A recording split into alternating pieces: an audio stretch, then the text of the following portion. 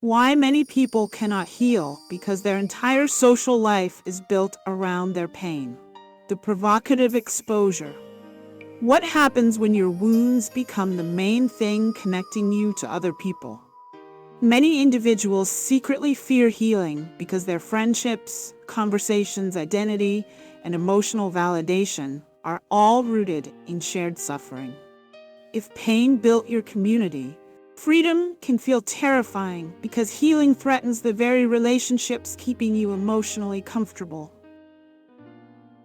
The deep psychological confrontation. You say you want peace, but why do healthy environments suddenly feel boring or emotionally distant? Your nervous system may have become so attached to chaos, trauma bonding, and emotional intensity that stability now feels unfamiliar. The tragedy is that many people unconsciously sabotage healing because dysfunction is the language their relationships were built upon. The urgent wake-up call. Not every connection in your life was built to survive your transformation. Some relationships only function while you remain wounded, exhausted, insecure, or emotionally dependent. The moment you begin setting boundaries, healing emotionally, or finding inner peace, the entire social dynamic shifts. It is time to confront the painful truth that some people only know how to love the broken version of you. Many people believe healing is only an internal process, but healing also disrupts entire social ecosystems. Human beings naturally form connections through shared emotional experiences. This is not always unhealthy. Honest vulnerability creates intimacy. Shared struggle can produce empathy and understanding. But when pain becomes the primary foundation of a relationship, the connection often begins depending on dysfunction for survival. This is why some friendships weaken the moment one person starts emotionally healing. The relationship was unconsciously built around mutual complaining, shared hopelessness, emotional rescuing, trauma discussions, or chaotic behavior patterns. Once one individual begins changing internally, the emotional chemistry of the relationship shifts dramatically. Many people do not realize how much of their social life revolves around discussing pain rather than cultivating growth. Some relationships survive almost entirely on negativity. Conversations constantly revolve around betrayal, stress, anxiety, gossip, drama, emotional exhaustion, toxic relationships, unfair treatment, or disappointment. The individuals involved feel deeply connected because they continuously validate each other's suffering. But often there is very little growth occurring beneath the emotional intensity. This creates a hidden fear surrounding healing. If the pain disappears, what remains holding the relationship together? For some individuals, suffering became their primary source of emotional belonging. Their wounds created community. Their brokenness created attention. Their chaos created intimacy. Without the familiar struggle, they fear becoming emotionally disconnected, misunderstood, or abandoned. Healing now feels socially threatening because it risks changing the identity they built within their relationships. This is why many people unconsciously resist peace. Healthy environments can initially feel emotionally uncomfortable to wounded nervous systems. Stability feels unfamiliar. Calm conversations feel emotionally flat. Consistency feels suspicious. Healthy love feels boring because the brain became conditioned to associate emotional intensity with connection. Chaos created stimulation. Dysfunction created adrenaline. Emotional unpredictability became mistaken for passion, loyalty, or depth. The nervous system adapts to what it experiences repeatedly. People raised around emotional instability often become hyper-attached to relational turbulence without realizing it. Their bodies learned how to function inside tension, unpredictability, and emotional survival mode. Later in life, peaceful relationships may actually trigger discomfort because peace removes the emotional patterns their nervous system recognizes as normal. This is one reason people sometimes return to toxic friendships, unhealthy relationships, or chaotic environments even after recognizing the damage. Familiar dysfunction feels safer than unfamiliar peace. The brain prioritizes predictability over actual well-being. Social media culture has intensified this problem dramatically. Entire online identities are now built around emotional suffering. Pain becomes content. Trauma becomes branding. Vulnerability becomes performance. People receive validation, attention, sympathy, and belonging through broadcasting emotional wounds publicly.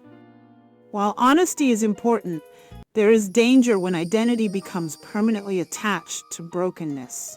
Some individuals begin unconsciously protecting their pain because their social relevance depends on it. This creates emotional stagnation. Healing would require redefining who they are beyond their trauma narrative. It would require building relationships rooted in purpose, honesty, peace, growth, creativity, stability, and mutual accountability, rather than constant emotional crisis management. That transition can feel lonely at first.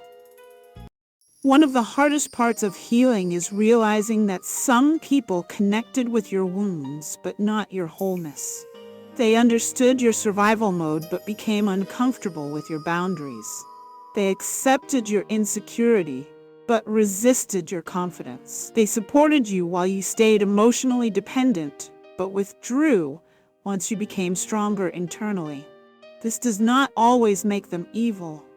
Sometimes it simply reveals the original foundation of the relationship.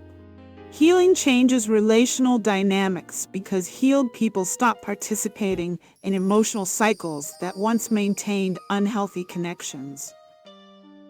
They stop over-explaining themselves constantly. They stop seeking validation through suffering. They stop bonding through endless negativity. They stop shrinking themselves to preserve dysfunctional comfort. As a result, some relationships naturally weaken because the emotional contract sustaining them no longer exists.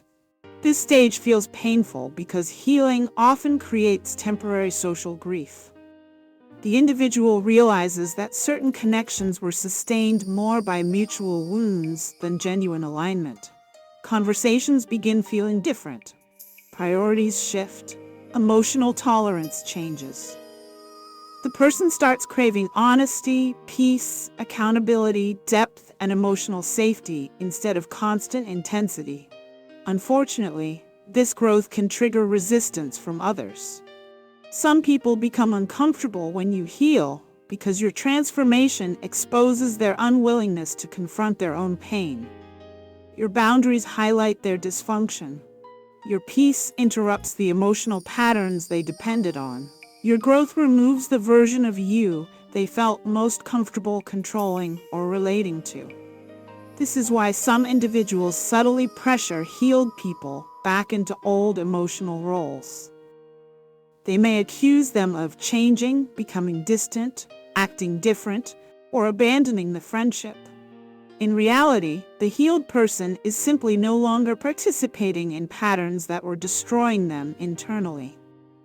Real healing eventually requires relational courage. You must become willing to disappoint people who only knew how to connect with your brokenness.